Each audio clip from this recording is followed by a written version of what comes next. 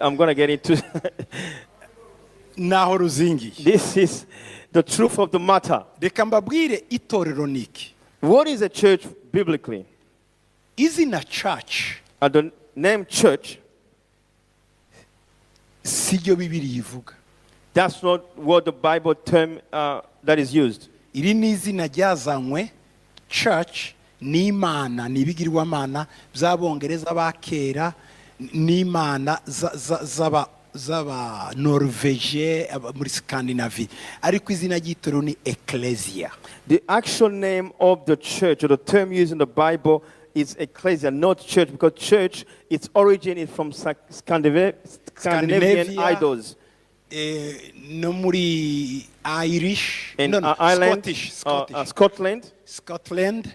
Donc ni Scottish. That's where the origin Bayita of church. Kieke, niyo church muri za Allemagne za.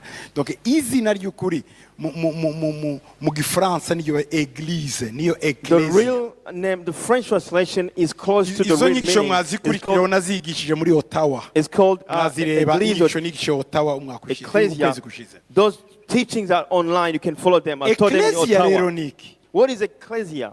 Ecclesia hari ahantu It was an area abantu bahura ku bw'inyungu zitandukanye.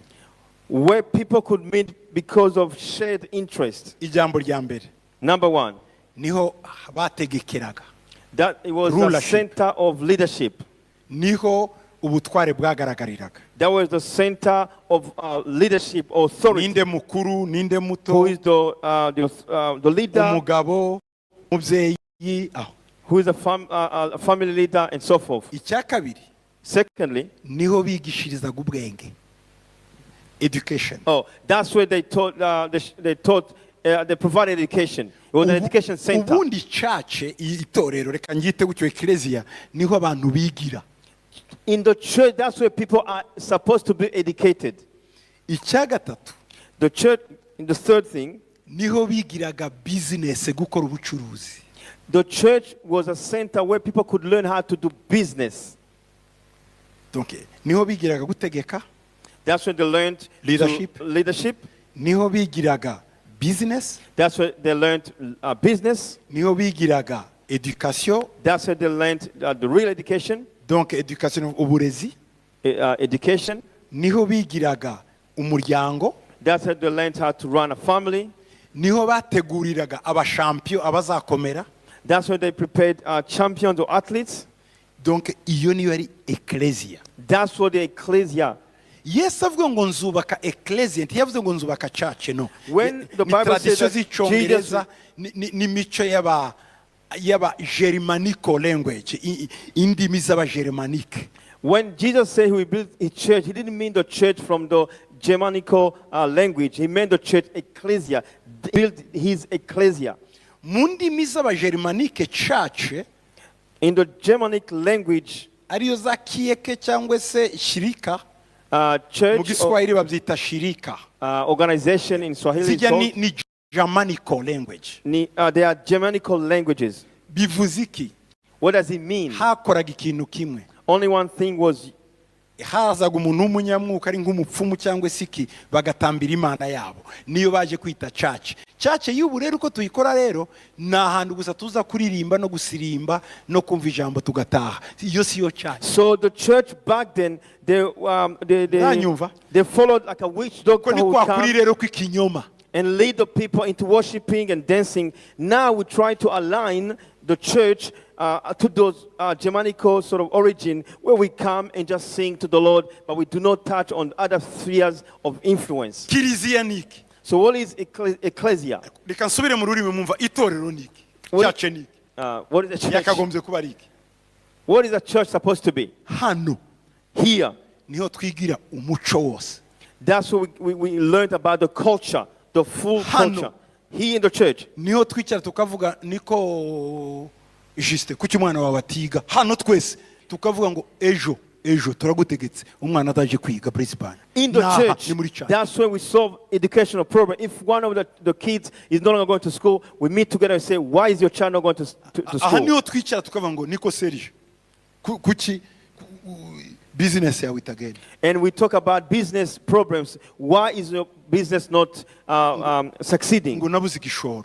And so, oh, I don't have capital. Tukavuga Manase Serugo kana ni mumuha igishoro aje And we say, muri and church. in the church we decide, we appoint some people to give him capital so that his business can run. Are you getting me? Imisozi 7 The 7 spheres of influence: uburezi, education, business, politike wa Mungu yavuga political sphere, byakorerwaga. we're all run in the church. Yes, avuze ngo nzubaka itorero. So when Jesus said, I will build my church, ecclesia, yari mavuga donc iyo misozi yose, donc abantu bose bagomba, ugiye muri politike agomba kugenda ari njumwubatse, ugiye kubaka umuryango agomba kugenda ari njumwubatse, ukeneye kwiga agomba kwiga ari njumwubatse. Donc ya misozi 7 niyo torero. So Jesus, when he said, I will build my ecclesia, he actually talked about the 7 spheres of influence: family, religion, education.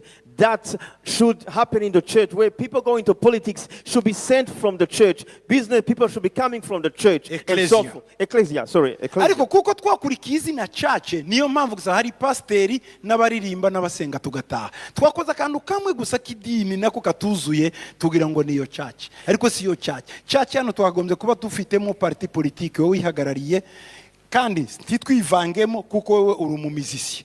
Wewe ja kuri entertainment ntiwivange mu bya politike. Wewe ja n'urugero, wewe uri umubanke uri gucuruza ntiwivange nawe hariya. Wowe mu rusengera tugomba kuba dufite abo bantu bose. Nibyo Yesu yavuze ngo nzubaka ibyo. Ngaruke kuri ryaje mu mugabo yabagije ngo nigute ngo Imana ngwitutererana gutya. Iradutererana kuko itorero ndyabaye itorero ntirikora. Naha abapoliticiye bava, naha abakomeye bava, naha. Donc rero turi mu kinyoma cy'itorero ritari ryo. So we are actually following the wrong model of the church. So the church should be a center where the 7 spheres of influence should be seen, where politicians are coming from the church, business people are coming from the church. The reason why we see that God has departed from us is because we are not following the true ecclesia that Jesus said we build, where the 7 centers of influence can be seen and operating. Let me tell you the truth. America yubakwa. When the United States was being built, if America is a powerful country now, it was built on ecclesia. The founders of the United States who wrote the Constitution, they were referring to the Bible whilst writing the Constitution. Among them were professors who had studied in big influential universities. They planted or started Christian universities. Harvard was initially a Christian university. Yale was a Christian university. Stanford was a Christian university. Princeton was a Christian university. Columbia University was a Christian university. These are the 5 powerful universities in America. They were planted by pastors because it's a sphere of influence, education influence. The kids who were trained in those universities are the ones who became founders of America. James Madison, where some of the founders was part of the founders of the church. They were from Christian universities. The first business people were Christian children. Colgate was founded. University of Colgate was founded. Colgate n'umuntu yari umuzamu hariya yakoraga muri factory y'isabune.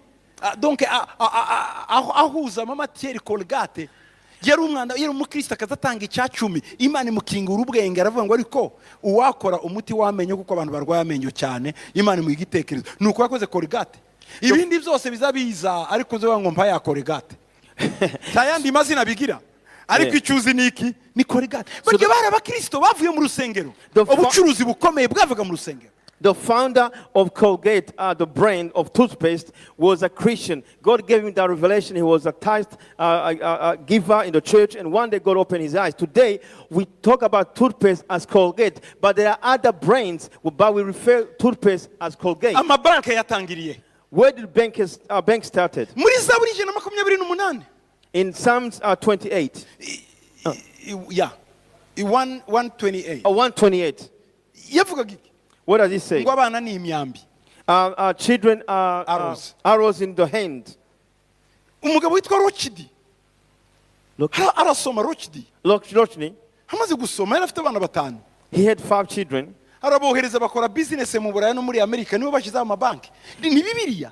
Yeah, Rothschild was read the Bible and sent his 5 kids to start kwe gusa banks. itoro twarigize in the Western icy'akangiringiri n'ibyuya tugataha. Iryo si itorero rizazamo amatiku, amarozi, ibiki, kuko nta yindi activity. Ariko uyu nacuruza uri akajya muri politike, uri muzamenya ko abarozi babaho ryari.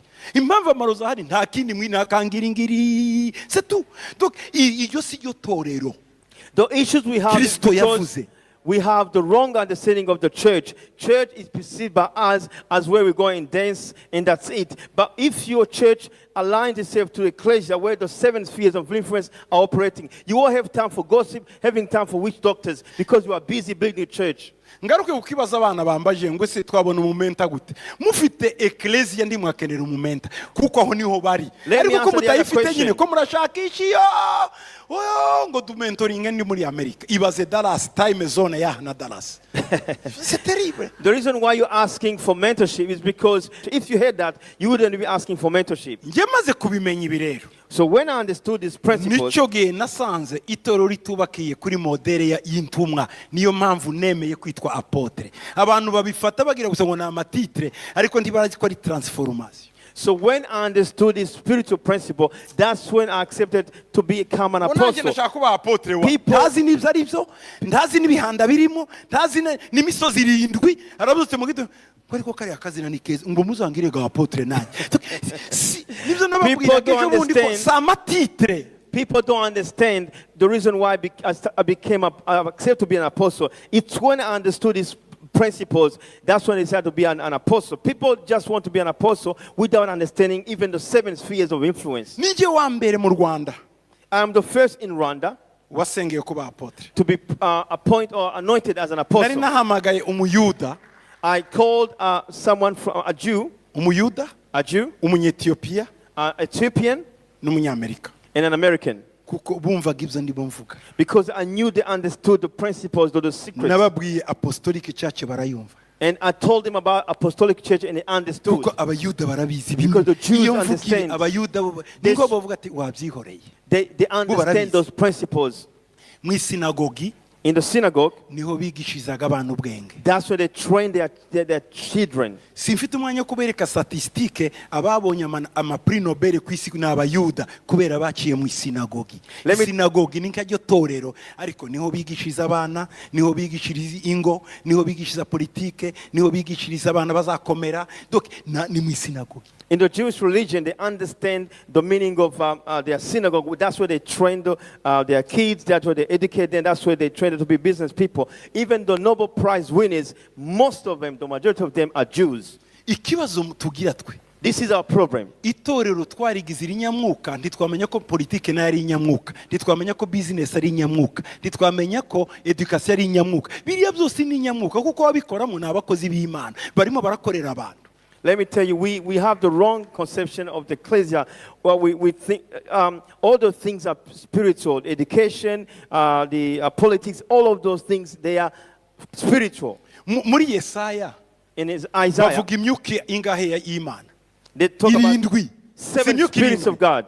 Sibyo? Yes. Umwuka wonye witwa ngo umwuka w'imbaraga niwe ujyanye n'icaci. Indi myuka ni imyuka ya politike, gutegeka, kumenya, conseil, ibiki ya misozi 7 yose. Umwe wonyine w'imbaraga niwe baza bavugira muri ecclesia. Donc Imana ifite imyuka 7. Imana iyo uri pasiteri aha, nundi akaba chef de quartier hariya, nawe aba ari pasiteri hariya ku musozi wa quartier. Umwana ukina neza umupira aba ari pasiteri, aba ari apotre ku musozi w'umupira. Donc ibyo nibyo tugomba kumenya. Twafashe itorero turigira inyamwuka, twibagirwa ko n'ibindi dukora byose ari iby'umwuka. We have the wrong conception of the church.